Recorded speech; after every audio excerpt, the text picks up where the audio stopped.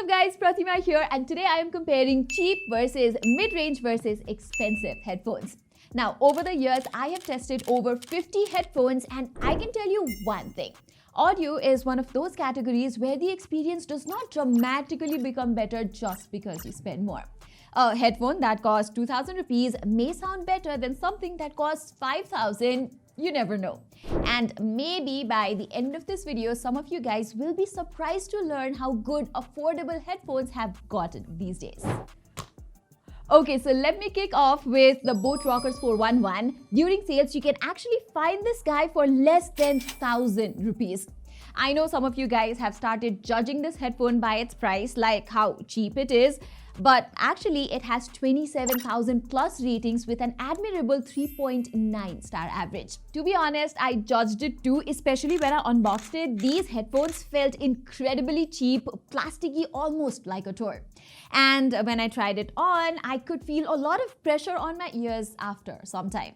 Now, obviously, I was not expecting it to blow me away either, but I have to say my first impressions of the Boat Rockers 411, well, they weren't very positive. But when I started listening to some music on them, I realized I shouldn't have judged this book by its cover, because the way Boat has tuned this thing is totally the opposite of what I was expecting.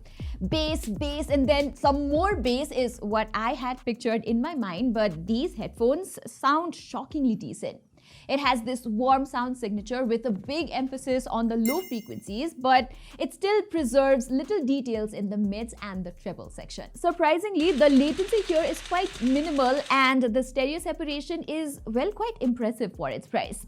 Actually, you know what? I've tested far worse sounding headphones that cost a lot more money than this one. Of course, this is a budget headphone, so it has a few cons of its own, like even though Boat officially has app support for its audio devices, the most you can do is get access to JioSaavn and a handful of songs to stream here and nothing more. And because of that, I had to put in some effort and customize the sound using some third-party app. But the good news is I easily managed to take its audio from C to C minus to a solid B. What surprised me even more was how good the call quality is. Number 2, you can connect it to 2 devices at once, and number 3, it can last around 30 hours on average even in loud volumes. I mean, this headphone just nails the basics of a good budget headphone. A solid thumbs up from my side. Alright, so now that we've got a pretty kick-ass cheap headphone, what happens when you spend 7 times the budget of this one? That's when you get something like the new Okay, once more.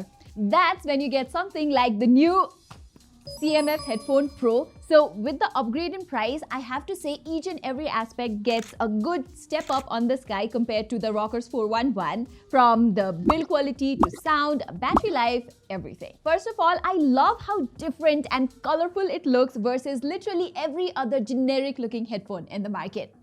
Then again, it's nothing, so obviously the design had to be a little hutke like their smartphones. It just stands out in the crowd and I love it. By the way, one of its quirky features is that you can remove the ear pads like this and put on different colored ones, and you also get a ton of tactile physical buttons, so operating it, customizing it is easy and the feedback is quite satisfying. And with the increase in price, the comfort situation has dramatically improved as well. This is an over-the-ear pair of headphones that sits well on top of my ears, although the clamping force here is a bit stronger than I would like. Of course, I tried loosening it, but I still felt the pressure build up after a couple of hours. But again, the important thing is, after investing 7,000 rupees, the things that are better here are, number 1, noise cancellation. The CMF Headphone Pro cancels out the outside noise pretty well. I'd even go as far as to say that in indoor situations, how effectively it sweeps away the low frequency noises is comparable to some of the best noise cancelling headphones out there. it's only when dealing with high frequency noises like someone typing on a mechanical keyboard, my colleagues arguing in the other room, or a car honking outside that I am reminded that this is not a mid-range headphone and I should probably keep my expectations in check. Number 2, the audio quality sounds fuller and richer on this headphone versus both. Again, by default, these headphones have that typical bass boosted sound that clearly give an unfair representation to the mids and the trebles, and with technicalities like soundstage. But then CMF lets you customize the sound in so many ways. First of all, these buttons, I found them quite useful. One of them is a slider to adjust the amount of bass or treble in real time, which is so cool. I set mine to adjust the high frequencies, aka trebles, and it seemed to essentially solve that bass boosted complaint that I had before. So listening to something like The Dancing Queen by ABBA was a lot more fun because the Headphone Pro sounded a lot more open, managing to preserve the natural timbre of the vocals and the subtle notes from the percussive instruments in the background instead of hiding them behind a cloud of bass. Plus, for further customization, there's the usual selection of some pre-made equalizers, the option to make one by myself that tunes these headphones based on my hearing ability, and also a couple of spatial audio effects that I honestly did not find all that useful, but never mind, these only cost like 7,000. And like on the Rockers 411, the battery life on the CMF Headphone Pro is also so freaking impressive. I have been swinging back and forth with ANC and transparency mode, enabled the high-res LDAC codec, and always kept the volume between 70 to 80%. Even then, I got nearly 40 hours of playback time, which is actually higher than Nothing's official claim itself. Plus, it charges fast too. A quick 5-minute top-up gives me around 4 hours worth of listening time. Okay, so if spending just 7,000 rupees gets me such an awesome pair of headphones, why would I ever want to buy something that costs so much more? That's a perfectly valid question, but if you want the absolute best and if you've got the money for it, then why not, right? So I spent 40,000 rupees and got these, the Sony XM6, and naturally these sound way better than both of the budget options that I tested for this video. But again, I'll tell you a few things that could have been better here, so stick with me till the end. Okay, first let's get through the good things, which include especially impressive audio, ANC, and microphone quality. It sounds so detailed and so expansive with a wide soundstage, stellar imaging, and a very tastefully executed bump in the bass region to add that extra bit of energy. The XM6 has a very safe, mainstream kind of tuning that I bet most people won't feel the need to mess around in the first place. And of course, these are easily some of the best headphones that you could buy for noise cancellation. It almost completely gets rid of the consistent low frequency sounds, whereas all those things that challenge the CMF headphones are also greatly muffled on the XM6.